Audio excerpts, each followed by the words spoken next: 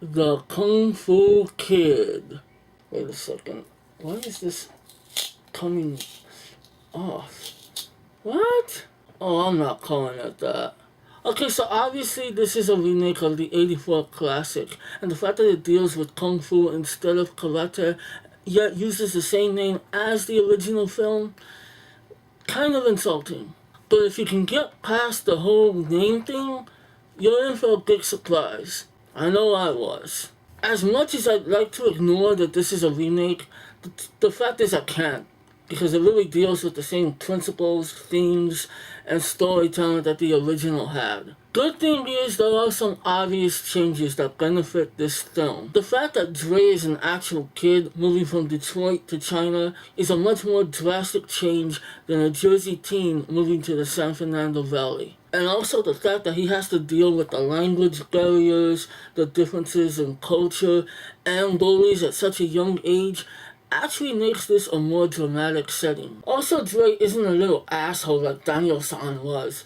And that's saying a lot considering the fact that he's played by Jaden Smith, who was just such a douche sandwich in the Day the Earth Stood Still remake. Why did you save his life, Keanu? Why? Dre is a good kid, and his frustrations are a little more understandable, and you actually really feel bad for the kid. Poor little fella. Now, in all comparison, this is a terrific movie on its own. The acting between Jackie Chan and Jaden Smith is very good. I'll get more to Jackie Chan's performance in a minute, but this movie is beautifully shot, and the martial arts action is actually pretty good. Although I couldn't help during the tournament, there was a part where a kid gets kicked so hard that he actually flies out the arena. I don't like seeing kids get hurt, but that shit was funny. I mean, come on, is there any difference from when a kid gets hit in the nuts in an Adam Sandler movie? The difference in this movie is you don't actually see it coming. But he sure did. Hi-ya! Now, Jackie Chan may have redeemed himself professionally as Mr. Han in The Kid, especially after The Spy Next Door. No, I think that's gonna haunt him forever. Shame, Jackie. He was exceptional in this movie, and he's been talking about doing more dramatic movies for years.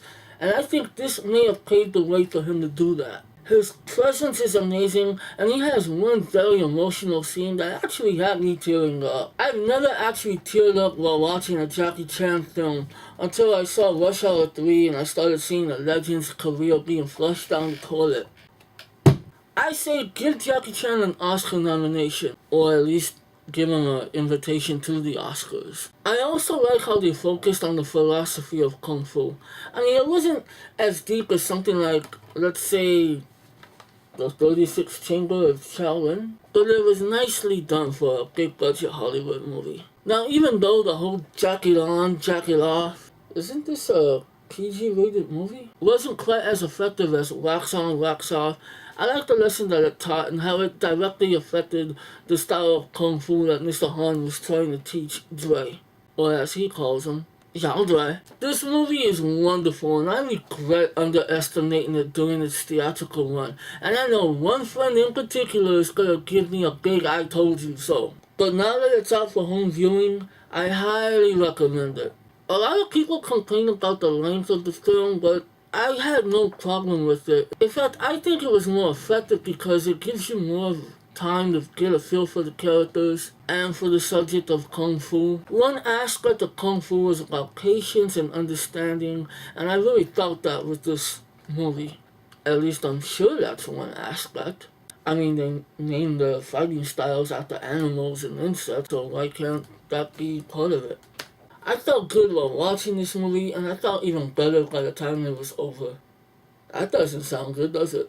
In other words, it's just a very good movie. Although there is a Justin Bieber song that plays during the credits, and oh, it is so corny. Especially when Jaden tries to be like Daddy and starts to rap. Hey, I will never say never.